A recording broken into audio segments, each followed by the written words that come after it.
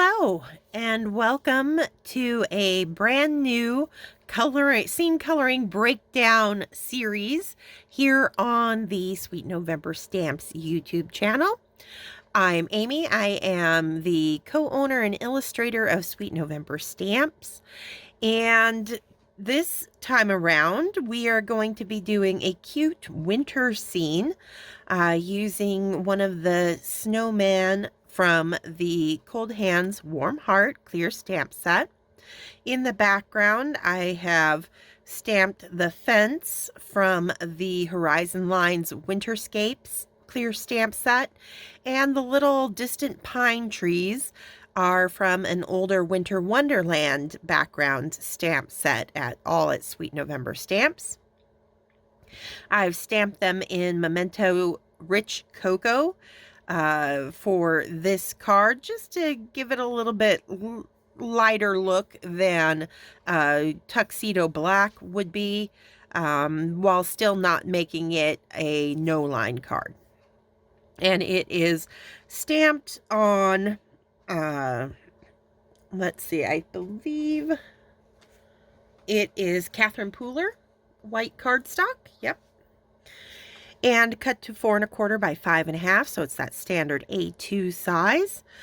We are going to be creating a colorful sunrise, winter snowy sunrise scene. So just to kind of have fun and show that not all winter cards, snow cards, have to be completely blue or purple or whatever. You can have fun with color. So that's what we're going to do, and we're going to start today with the sky is what our video this week is going to be about. So I'm going to start pulling some colors.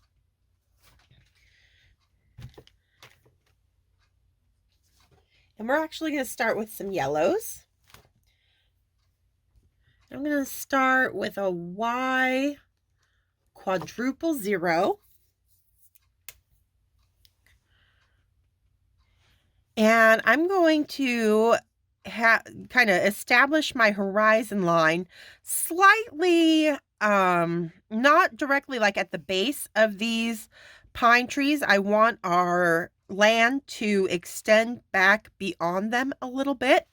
So I'm going to lift my horizon line to probably the midsection of these trees here. And I'm just going to lightly sketch in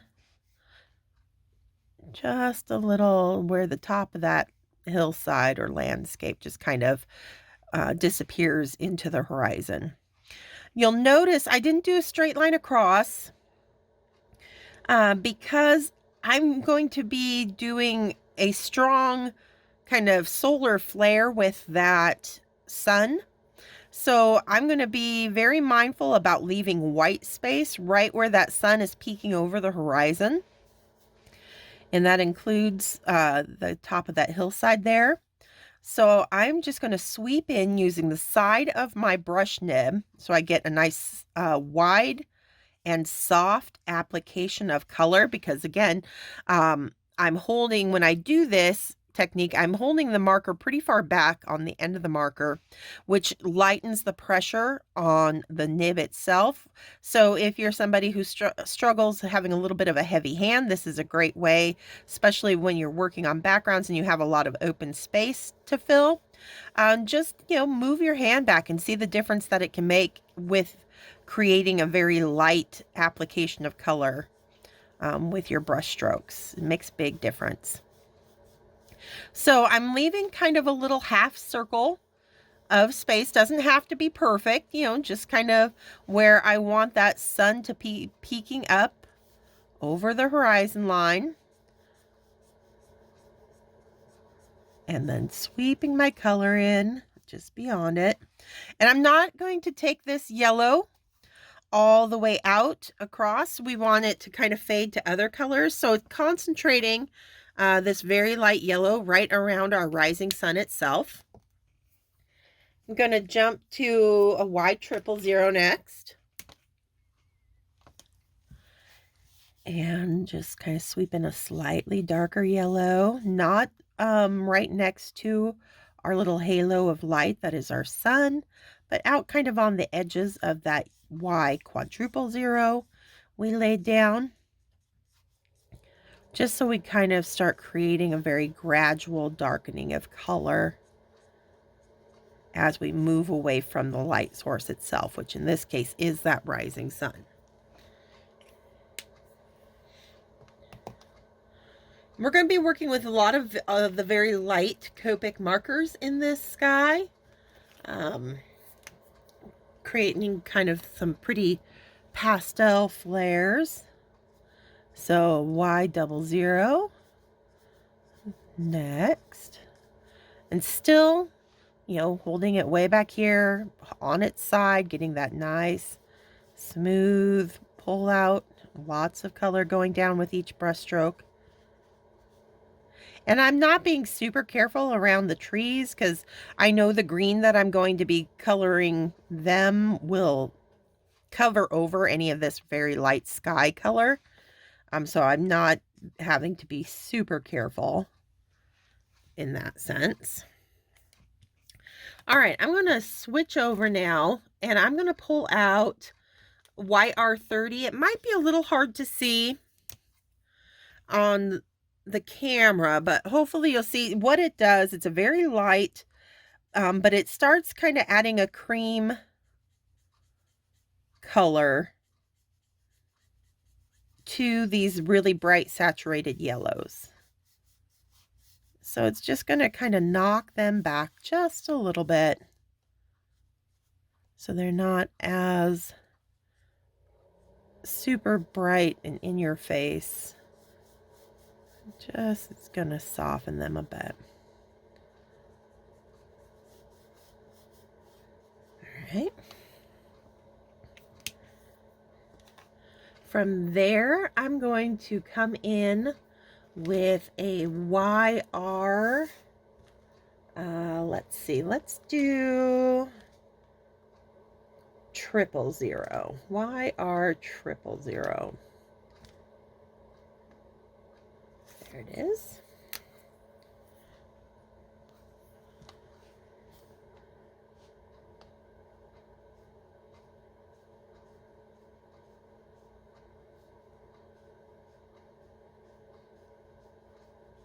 I'm just going to pull in and let that meet and meld into those brighter yellows.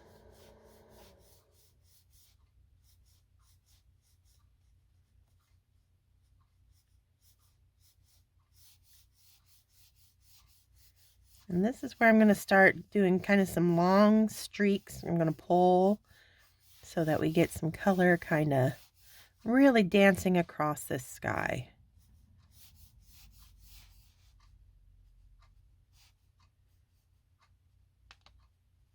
I'm keeping in mind, you know, my little hillside back here. So you know, as I bring my color down, I'm cutting it off about mid-tree.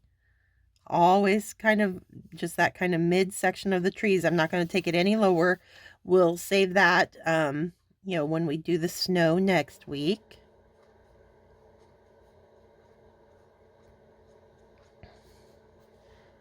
Okay.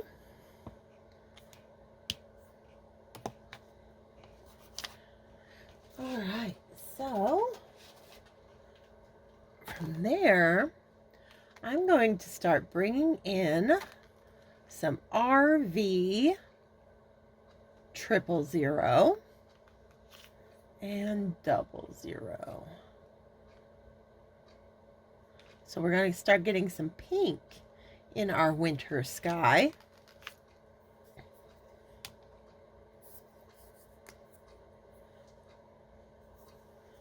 And I'll start with that triple and do the same where we're kind of letting it pull right into that YR, the orange, that kind of peachy orange that we just laid down.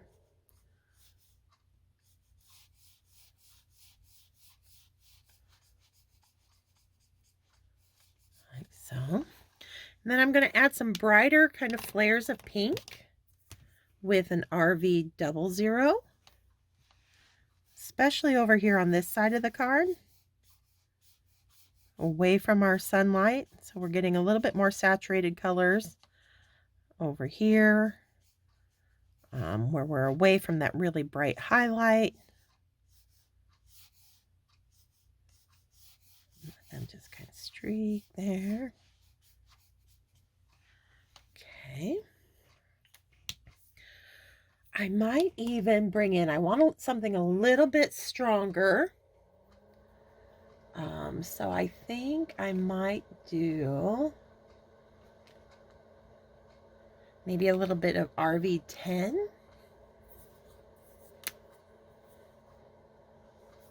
Let's see. Yeah, there we go. Just a little bit more pink over here. And again, very loose, light pressure on the nib, holding it pretty far back, and just using my elbow as kind of my fulcrum for each brush stroke. That's just going to give me those long pulls, the long smooth pulls that are easy to blend out as I kind of pull up and away from the paper, creating that nice soft tapered end on each brush stroke.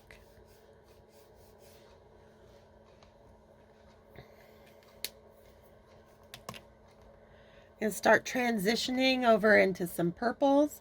I'm going to bring in some V, let's see, 01, I think. If I can find it here. There it is. Kind of those last remnants of the night sky. So they'll be up kind of opposite our sunlight. Much heavier over here.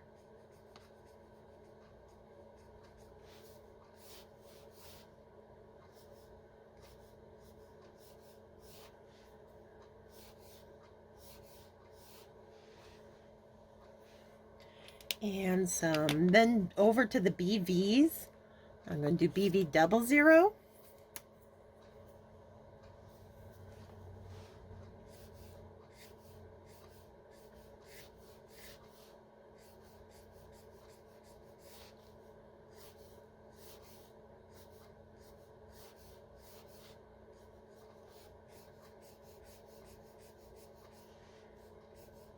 And you'll notice, as I pull the color, it gets a little caught on the edges. And that's why I always, once I'm finished coloring my card, my entire scene, I like to use die cuts, the little stitch die cuts, to just trim off the very edges of the scene, and it cleans that up. And that's why I don't have to worry about those little catches. You can also just use a paper trimmer and trim a little bit off, and then gives you a nice little framed edge once you glue it onto your card front. But just, that's why you might think that looks like a little sloppy right now, but I don't worry about it because I know at the end it's going to get cut off. I'm going to come in with some BV 000. And just continue now. I'm basically kind of working my way back down now. And I'm starting to pull my colors together.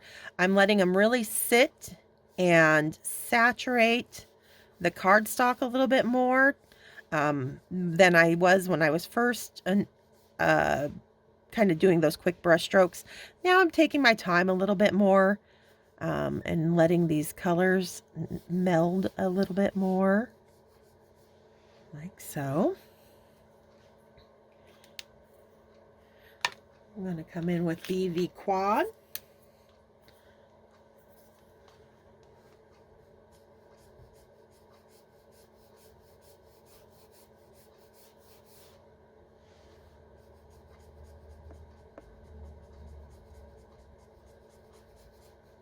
Okay.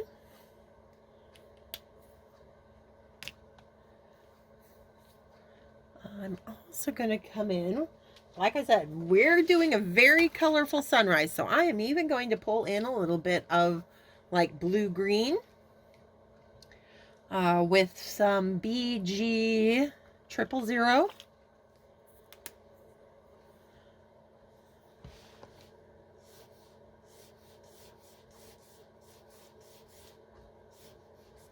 think I might need something a little stronger than that. Let's try BG01. That just wasn't quite cutting it.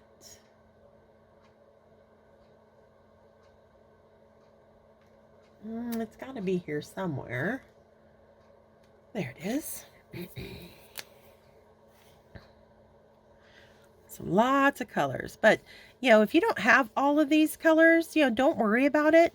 That's the beauty of like sunrises. You know, you can throw any similar colors into this mix and get, you know, just as successful, just as beautiful of a finished outcome. It's, you know, you don't have to be following exactly the colors that I'm using. All right. Now I'm going to go back to the BV00.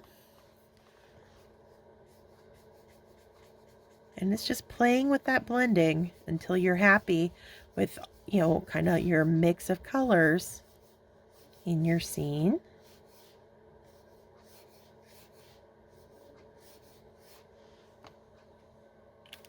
You got, you know, quite a bit of time before you oversaturate and can't add any more color in. See, I've got plenty. It's not soaking through here. You can see over on the edge, it's a lot more saturated. But here, I've still got plenty of room to kind of keep layering and adding colors in.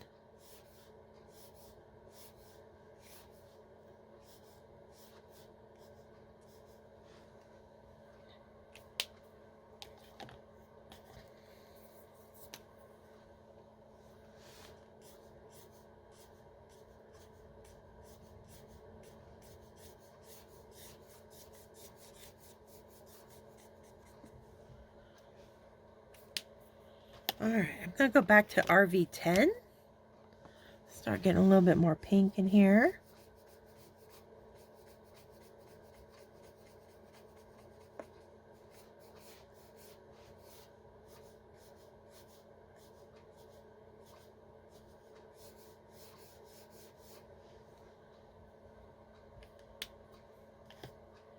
And the RV00.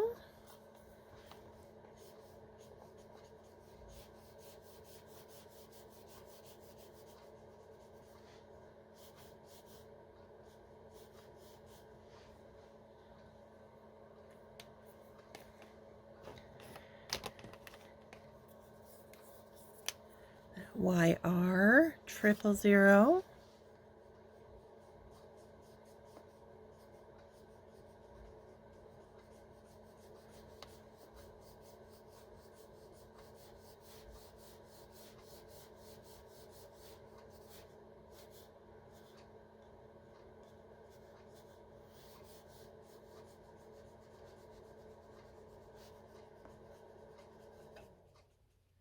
Look at how pretty that is starting to come together there. And we're getting that looks. You're starting to notice the highlight of the sun itself a lot more once we get these darker colors around it.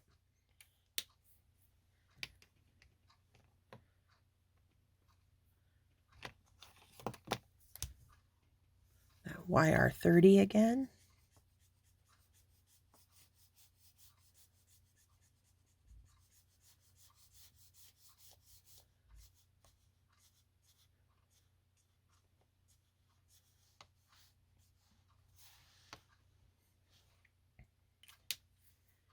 And do Y000.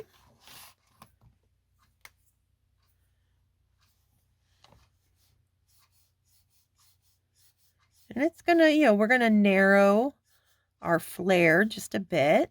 You know, that's why I leave a bigger space initially that I know I'm going to need, because I know this last blend out is going to kind of eat into that and narrow it down. So I'm always kind of thinking ahead towards that with my initial layout of color. That Y quad that we started with.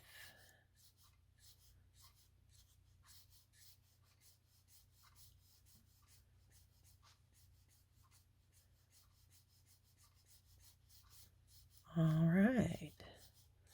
And now I don't, you know, I'm pretty happy with that, but if you feel like you need to, you can always, once you get to the point where you're happy with your little solar flare, or fairly happy with it, you can come in with your colorless blender and just do a couple sweeps right where your sun is. At first it's going to look dark because of the just wet cardstock, but as that dries, it'll brighten right back up to the white, and it'll soften that transition between the white of the cardstock and the Y quad and Y triple that we started with adding the colors for our sunrise with. So, all right, so let's take a look. I am really happy with that kind of dancing of color from our kind of the last remnants of the evening sky into the coming bright sunlit day. Like I said, the edges, of course, the little, they get those little things, but that will be cut off, so I'm not really too bothered by that. That little blue streak right there might be a little, so I'm going to come in with a 000 just to maybe pull it out a little softer. There we go. It's just looking a little truncated on its ending, but I like that better now. All right, so yeah, so you're at the point where you're just kind of fussing. But other than that, look at that, and see our colorless blender is already drying, so that's getting nice and bright again. And just a lovely little way to start our day and to start this series of coloring videos. So I think that's going to wrap it up for today. I hope you'll be able to join me next week when we color the snow, because it's going to be affected by the colors that we have in the sky, because snow, the nature of it, it reflects the light that's hitting it. That's why you can play with so many different colors when you're creating snowy scenes. And so we're going to have fun doing that next week. So until then, stay crafty, my friends. Bye.